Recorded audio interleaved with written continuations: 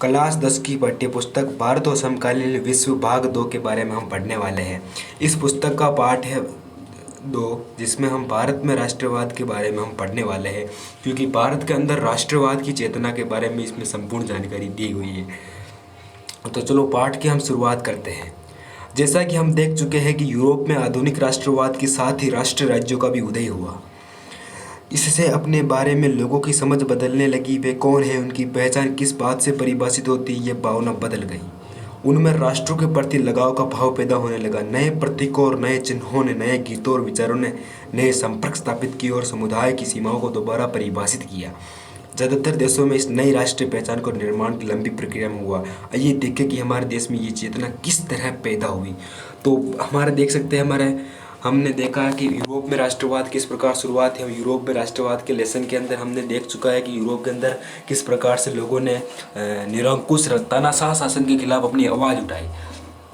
ठीक उसी प्रकार भारत के अंदर शासन था, ब्रिटिश शासन था।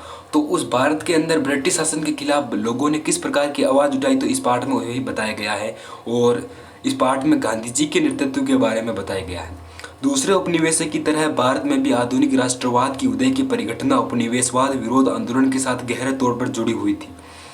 औपनिवेशिक शासन के खिलाफ संघर्ष के दौरान लोग अपनी एकता को पहचानने लगे थे। उत्पीड़न और दमन के साझा भाव से विभिन्न समूहों को एक दूसरे से बांध दिया था, लेकिन हर वर्ग, हर समूह उपनिवेशवाद का असर एक जैसा नहीं था। उनके अनुभव भी अलग थे, स्वतंत्रता के मायने भी भिन्न थे। महात्मा गांधी के नेतृत्व में कांग्रेस ने समूहों को इकट्ठा करके एक विशाल आंदोलन खड़ा किया, परंतु एक एकता में टकराव के बिंदु भी निहित थे। तो जिस समय हमारा भारत 1947 से पूर्व भारत के अंदर ब्रिटिश शासन था, उस समय भारत के अंदर मुस्लिम भी अधिक जनसंख्या थी और हिंदू की भी अधिक जनसंख्या थी। सिख, ईसाई सभी धर्मों का सम्मेलन, सभी धर्म यहाँ पर रहते थे। उस समय की बात है कि संघर्ष अंग्रेजों के साथ संघर्ष करना पड़ता था। तो अंग्रेजों के संघर्ष करना पड़ता था। तो अलग अलग राय थी। सबकी स्वतंत्रता का मायना अलग था। किसी का स्वतंत्रता का सबकी स्वतंत्रता का सबकी आकांक्षा अलग अलग थी कि कोई संविधान चाहता था, कोई तानाशाह शासन चाहता था, परंतु सब वो उस अंग्रेजी शासन से मुक्त होना चाहते थे। उन सबके बस एक ही उद्देश्य था कि हमें अंग्रेजी शासन से मुक्त होना है। तो इसलिए वो एक साथ जुट गए और कांग्रेस के नेतृत्व में चलने लगे। पहले की एक और पुस्तक में हमने भारत में राष्ट्रवाद के उदय का अध्ययन किया। वहाँ अपने 20वीं सदी के पहले दशक की कहानी पढ़ी थी। इस अध्याय में हम 1920 के दशक से आगे अध्ययन करेंगे और असहयोग आंदोलन तथा सविनय अवज्ञा आंदोलन के बारे में पढ़ेंगे। हम ये देखेंगे कि कांग्रेस ने राष्ट्रीय आंदोलन को विकसित करने के लिए किस तरह के प्रयास किए। इस आंदोलन में विभिन्न सामाजिक समूहों ने किस तरह हिस्सा लिया और किस तरह राष्ट्रवाद ने लोगों की कल्पना की नई उड़ान दी थी। इस पाठ के अंदर हम पढ़ेंगे कि जैसे कि हमने पूर्व इसके पहली किताब में पढ़ा था कि 1857 के संग्राम के बारे में बताया हुआ है, क्योंकि भारत की पूरी हिस्ट्री है, आधुनिक हिस्ट्री के बारे में बताया गया है। तो अब हम 1920 के आगे के दशक के बारे में हम पढ़ने वाले हैं इस भारत में राष्ट्रवाद के लेसन के अंदर। तो देखो, हम 1920 के दशक की शुरुआत करते हैं तो सबसे पहला कदम आता है प्रथम विश्व युद्ध। प्रथम विश्व युद्ध ने भारत की एकता को अधिक बढ़ाया या घटाया, इन दोनों सवालों पर प्रश्न खड़े होते हैं। तो इसमें प्रथम विश्व युद्ध की मदद से भारत को बहुत अधिक एकता मिली। उस समय ब्रिटिश शासन को भी सेना की आवश्यकता थी, तो भारत इसकी सेना से इसकी शासन में कार्य किया। 1919 के साल के बाद सालों में देखते हैं कि राष्ट्रीय आंदोलन नए इलाकों तक फैल गया। इसमें नए सामाजिक समूह शामिल हो गए थे। संघर्ष की उन नई पद्धतियाँ सामने आ रही थी। नए बदलाव को हम कैसे समझेंगे, उनके क्या परिणाम हुए। सबसे पहले ये बात थी कि विश्व युद्ध ने आर्थिक और राजनीतिक स्थिति पैदा कर दी थी। इसके कारण रक्षा वायु में भारी इजाफा हुआ। भरपाई करने के लिए युद्ध के नाम पर कर्ज लिए गए, करों में बढ़ती की गई थी। सीमा शुल्क बढ़ा दिया गया था, आयकर शुरू किया गया था। युद्ध के दौरान कीमतें तेजी से बढ़ रही थी। 1913 से 1918 के बीच कीमतें दोगुनी हो चुकी थी, जिसके कारण आम लोगों की मुश्किलें बढ़ गई थी। गांवों में सिपाहियों को जबरन भर्ती किया गया, जिसके कारण ग्रामीण इलाकों में व्यापक गुस्सा था। देखो, तो 1914 से 1918 के बीच में प्रथम विश्व युद्ध शुरू हुआ था। मित्र राष्ट्रों और धुरी राष्ट्रों के बीच में प्रथम विश्व युद्ध शुरू हुआ था। तो उस युद्ध के अंदर क्या था कि ब्रिटेन था जो वो मित्र राष्ट्रों के संग में था, मित्र राष्ट्रों के साथ में था। तो उसने क्या किया कि भारत का उसमें उपनिवेश था। तो भारत में जितने भी लोग थे, जितने भी व्यक्ति थे, उनको प्रथम विश्व युद्ध के अंदर शामिल करने के लिए उन्हें जबरन सेना में शामिल किया जाता था। इसकी वजह से लोगों में भारी असंतोष हुआ। और प्रथम बात तो ये, दूसरी बात है कि प्रथम विश्व युद्ध में लाखों करोड़ों अरबों का खर्चा हुआ। उसमें भारत को भी बहुत ही स्थिति खराब हुई।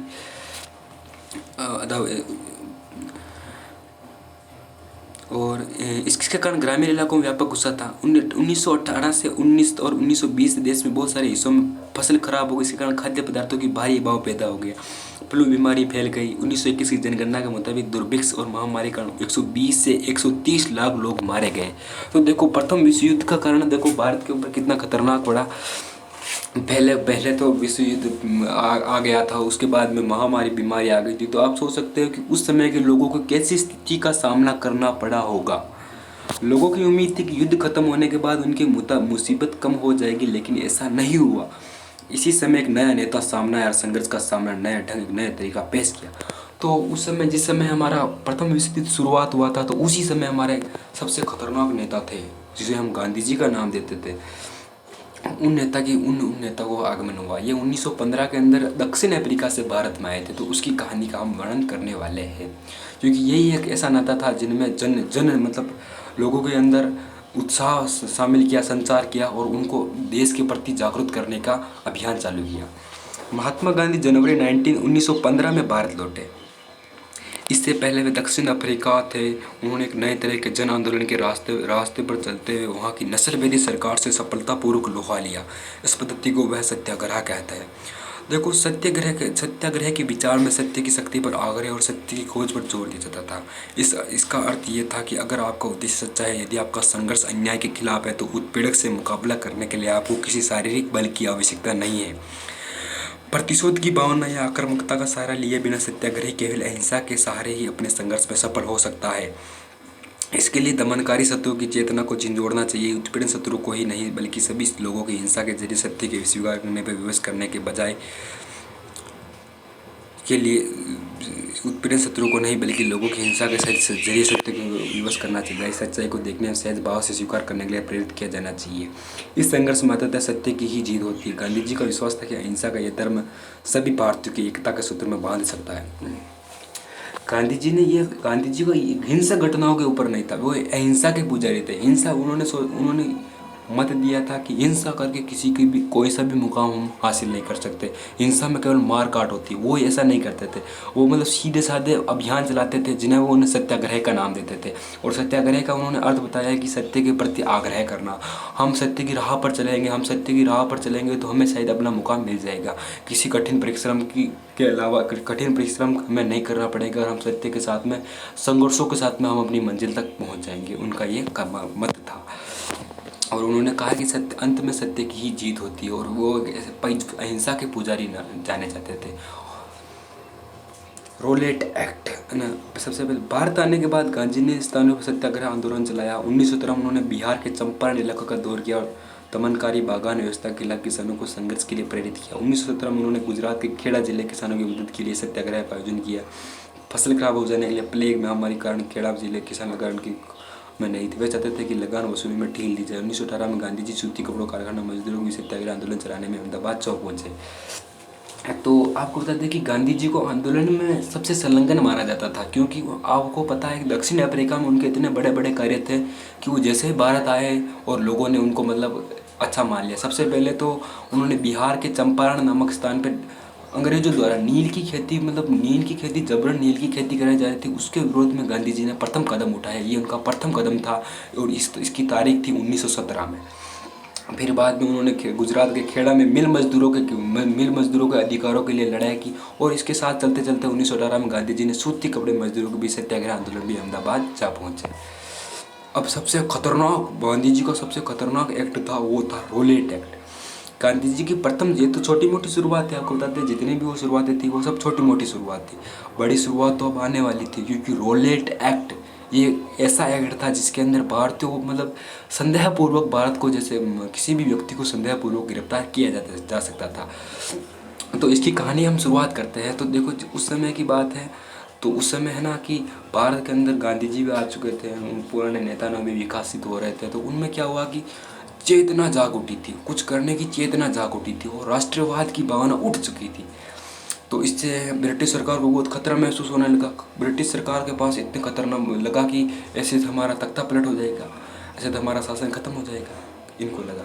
देन आल्सो फिर हुआ क्या कि हमारे रोलेट सिडनी नामक व्यक्ति थे, उन्होंने क्या किया कि एक प्रस्ताव पारित किया जिसे हम रोलेट एक्ट कहते हैं, उनके उनके उनके मतलब शासनकाल में हुआ कि किसी भी व्यक्ति को संदेह के आधार पर गिरफ्तार कर लिया जाएगा, संदेह के आधार पर गिरफ्तार कर लिया जाएगा। ये उनका एक रोलेट एक्ट का नियम था, सिद्धांत था।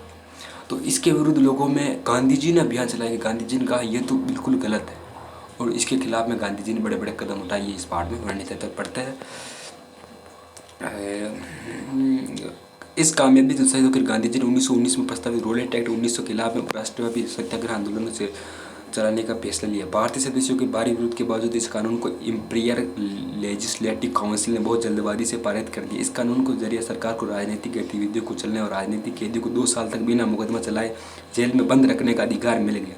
महात्मा गांधी सही न्यायपूर्ण कानून के खिलाफ अहिंसक ढंग से नागरिकता अवज्ञा चाहते थे। 6 अप्रैल 1948 से हड़ताल शुरू होना था। आज इनके रेलवे वर्कशॉप्स में काम कर हड़ताल पर चले गए, दुकान बंद हो गई। व्यापक जनाभार से चिंतित रेलवे फोटोग्राफ संचार व्यवस्था भंग हो जाने की आशंका भयभीत अंग्रेजों राष्ट्रवादी पर दमन शुरू कर दिया। अमृतसर में बहुत सारे स्थानीय नेताओं को गांधी जी की दिल्ली में प्रवेश करने पर पाबंदी। 10 अप्रैल की 1900 अमृतसर में शांतिपूर्ण जुलूस में गोली चला दी गई। इसके बाद लंगोम रेलवे स्टेशन में हमले लगे। मार्शल लॉ लागू कर दिया गया। जनरल डायर की कमान संभाल ली। 13 अप्रैल को जलियांवाला बाग हत्याकांड हुआ। तो मैं कहता हूँ इसकी कहानी मैं आपको समझाता हूँ। तो ये हो गया था, तो हुआ क्या कि इसके खिलाफ इसमें मतलब संदेह के आधार पर किसी भी व्यक्ति को जब चाहे वो अपने जेल में रख सकता है। ये मतलब इसका रोलेट एक्ट का सिद्धांत था, नियम था। तो ऐसा हुआ तो गांधी जी को इसके ऊपर गुस्सा भड़का और गांधी जी ने क्या किया, रोलेट एक्ट लागू कर दिया। रोलेट एक्ट के खिलाफ आंदोलन शुरू कर दिया। तो इससे क्या हुआ कि हड़ताल होने लगी लोगों के बीच में। एक पंजाब के अंदर अमृतसर नामक स्थान है, वहाँ पर बड़ी हिंसक घटनाएं हुई। ये 13 अप्रैल की बात है। जलियांवाला बाग हत्याकांड अमृतसर में हुआ था। 13 अप्रैल को इसका हत्याकांड हुआ था। और इसका हत्याकांड जलियांवाला बाग का यही दहशत का काम था। उस दिन अमृतसर में बहुत सारे गांव सालाना वैसाखी मेला में शिरकत करने के जलियांवाला मैदान में जब काफ़ी लोग तो सरकार द्वारा लागू किए गए दमनकारी कानून को विरोध प्रकट करने के लिए करते। यह मैदान तरह तरह से बनता, शहर से बाहर जाने का तब मार्शल लॉ लागू किया जा सका। जनरल डायर होशियार सहयोगों के साथ वहाँ पहुँचा और जाते उसने मैदान में निकलने के साथ रास्ते बंद कर। इसके बाद उसके सिपाही ने भीड़ अंधाधुंध गोलियां चला दी। सैकड़ों लोग मारे गए। ताकि सत्याग्रह के जहन में दहशत और विस्मय का भाव पैदा करके नैतिक प्रभाव उत्पन्न करना चाहता था। तो उसे लगा कि ऐसे तो मैं हमारे इसका अंग्रेज सरकार थी, उनको लगा कि ऐसे तो राष्ट्रवाद पैदा हो जाएगा, हमारा डर रही नहीं। तो उन्होंने क्या किया, अमृतसर में सभा बुलाई और वहाँ पर गोलियां चला दी, सब लोगों को मार डाला। इससे लगा कि हमारी दहशत अभी भी दिलों में रहेगी, परंतु इससे तो और विरोध अधिक जगह। और आपको पता है 1947 में भारत ने इसको बिल्कुल ख़त्म कर दिया। तो आगे हम कल पढ़ेंगे। आज भाग 1 है, अगला पाठ हम कल पढ़ेंगे।